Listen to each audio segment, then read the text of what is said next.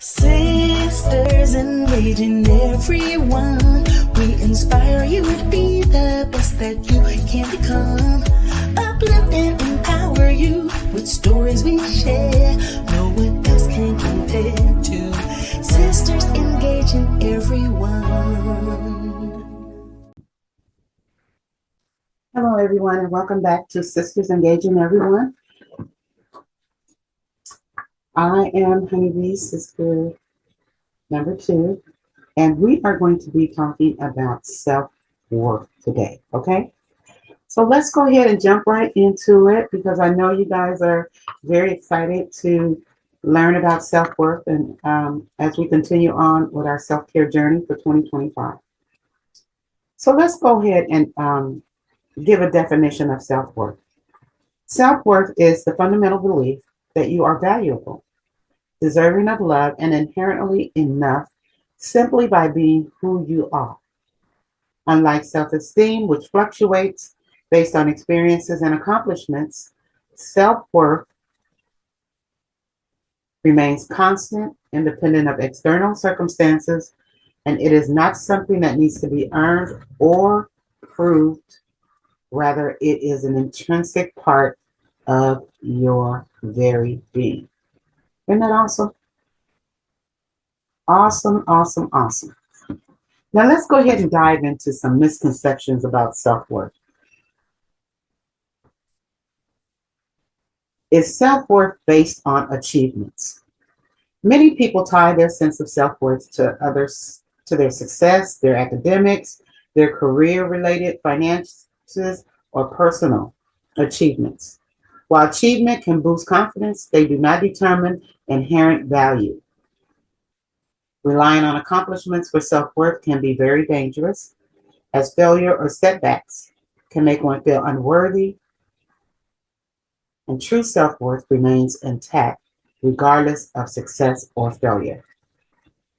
Now let's just talk about that for a minute. Say, for instance, someone who loses their job, they might struggle with feelings of unworthiness, but their value as a person hasn't changed. You are still capable, deserving, and valuable. So say, for instance, you're on a job, okay? And nowadays, a lot of people on a job because you have to make ends meet. We know eggs are high, rent is high, or if you have a mortgage, you're paying your mortgage, interest rates will be high. There's a lot of variables that go into that, okay? So one thing you need to know is if you get let go from a job, chalk it up as a learning experience. Sometimes we don't seem to understand that maybe that job just wasn't for you.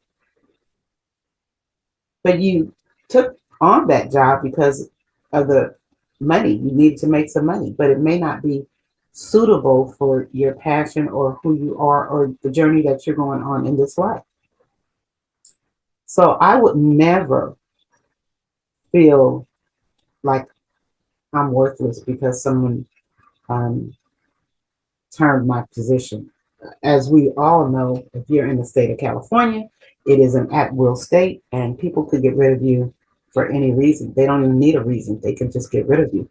And a lot of times, you can get on a job and you can be doing your best, and people can get intimidated by your very presence. So let's not tie any fact that you lost a job to whether or not you're worthy or not. Definitely is not the route to go. Number 2, does it depend on other people's approval? Does your self-worth depend on other people's approval? There's a common belief that self-worth is dictated by how others perceive you. While validation from others can feel good, basing your worth on external approval creates a fragile sense of self. If your worth depends on compliments, like those people that be on social media, want all the likes and everything, or being liked by everyone, then you risk feeling worthless when that approval is absent.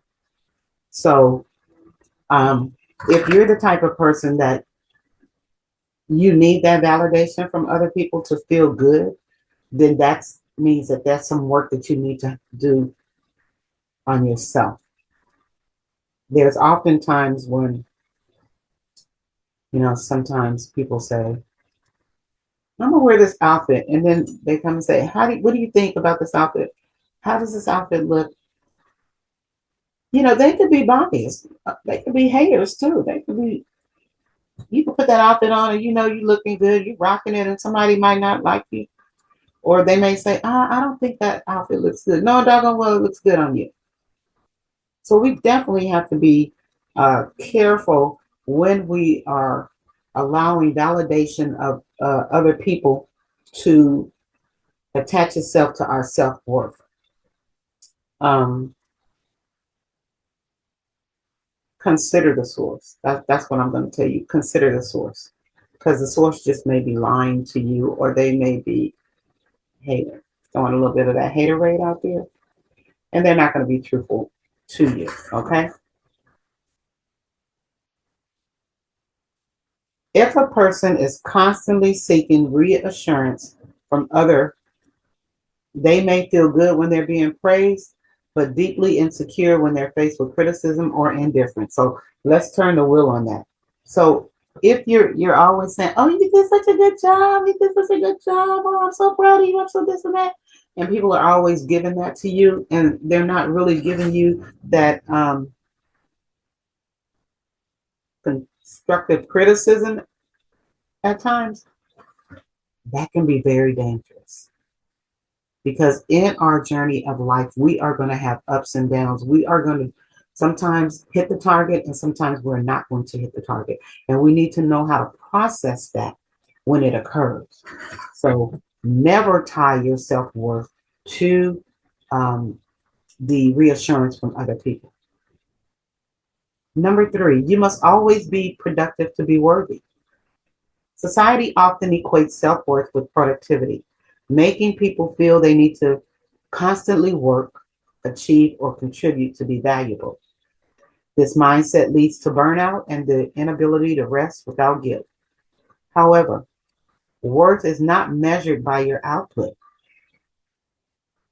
Rest, self-care, and simply existing are more than enough.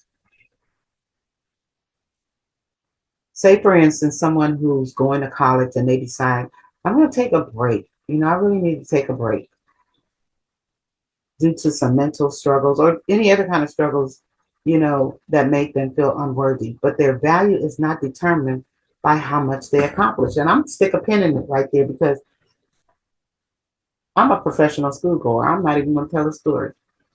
I believe in education. I believe that sometimes you need to educate yourself beyond, 12th grade. I don't care if you're self-employed, have a business. Education is going to be a tool that you can utilize until you leave this earth. So if there's a time where you need to take a break and say, I'm going to do some other things and then I'll get back to schooling, I think that's quite okay, because I did it. I don't feel like it hampered me at all. As long as you stay focused and you set goals and you know exactly what direction you're headed in, you'll be able to resume what you're doing. Now, say, for instance, you're a full-time student and you're taking 18 units. Maybe perhaps you'll go back to school and not take 18. Maybe next time you'll only take 12. So it's okay to take some time off. But what I think could be quite dangerous is if you decide that you're going to take time off to pursue a job and then never return. I think that could be a little bit of a problem if you're seeking to accomplish getting a degree. Now let's look at mistakes or failures that decrease your worth. People often tie their worth to their ability to succeed, but mistakes and failures are a natural part of life. They do not define a person's value. In fact, failure often leads to growth, resilience, and wisdom. The fear of failure can keep people from taking risks, but recognizing that worth is separate from performance can be very liberating. And I know, let me see, I'm talking to myself, even though I'm sharing this information with you guys. Because I remember when I did my undergrad and I was graduating, I was walking across the stage. I remember the professor telling me, "Girl, you live on the edge, okay?" And I told him, I said, I perform better when I'm on the edge.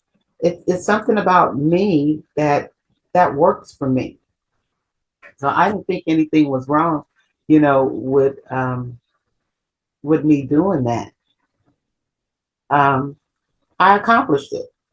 Let me just say this: you can accomplish anything that you put your mind to, because there is nothing like loving to do something and putting, 100% into doing what you're doing. I think that's why, I've been very successful at a lot of things that I do, because I put my mind to doing it. If it's something that I want to do, I accomplish it. And then sometimes I get bored, like, okay, on to the next thing.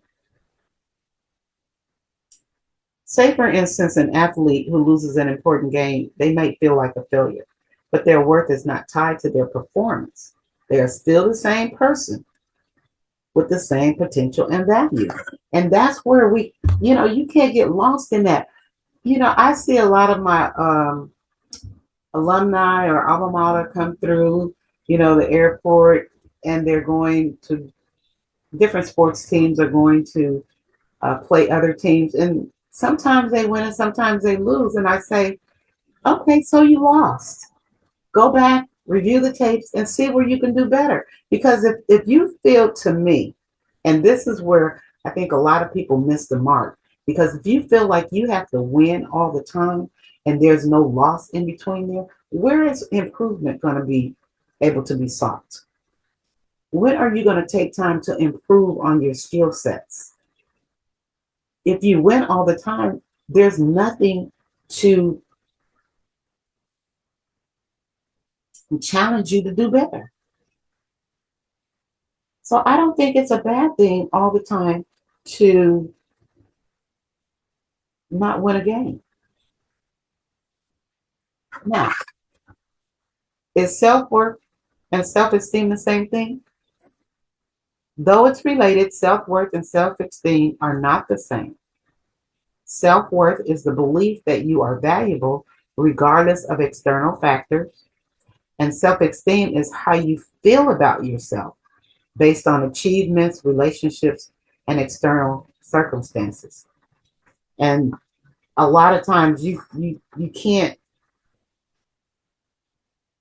tie the two together as much as you think you are. You can't tie the two together.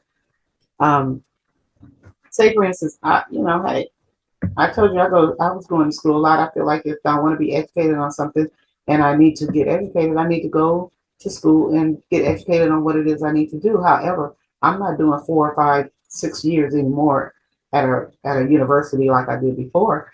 I'll take a 40-hour course or something like that to update my skill sets, and then get whatever certifications I need to have.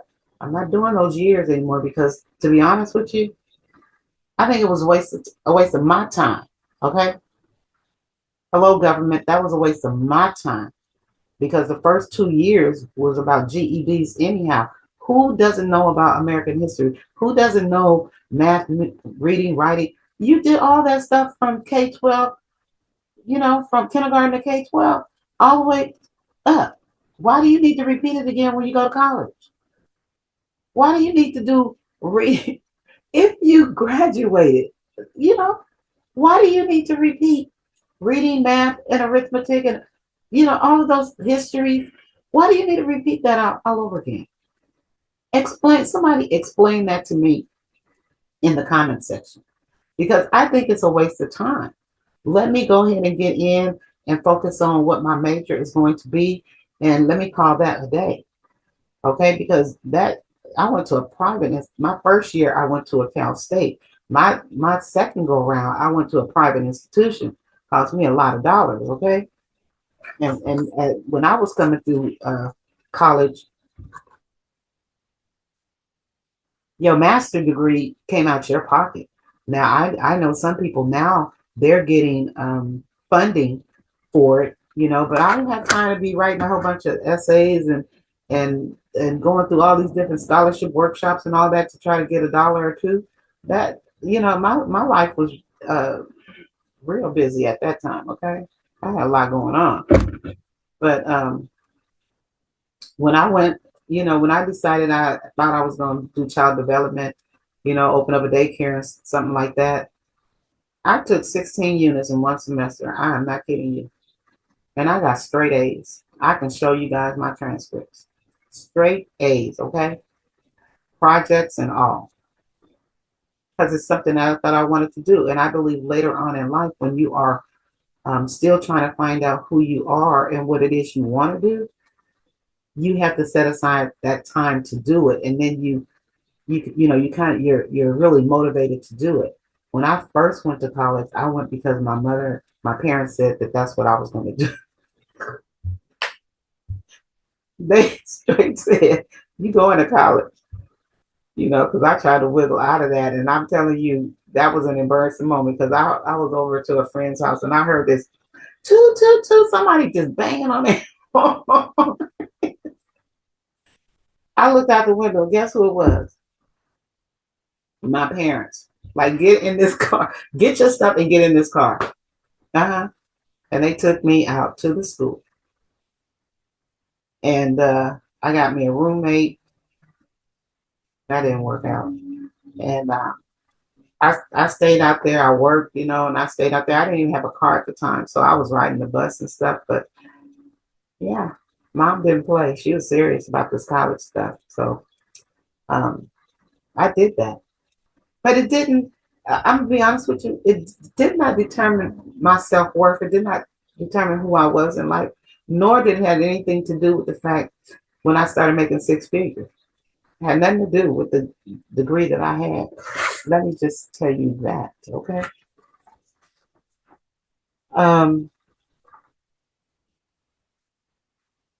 A lot of times, self-esteem can fluctuate depending on life experiences, as I said before, but self-worth remains constant. When a person has a strong self-worth, their self-esteem is less likely to be shaken by failures, criticism, and hardships. And you got to go 10 toes down on that, okay? A student who gets a bad grade may feel disappointed. That's what I was telling you about, but still believe they are capable and intelligent enough to accomplish things. And that's what I was telling you. When I first went to college, look at my transcripts, okay? Didn't I tell you I didn't want to be there? And the fact that I didn't want to be there was indicative of the grades that I received. I did not want to be there.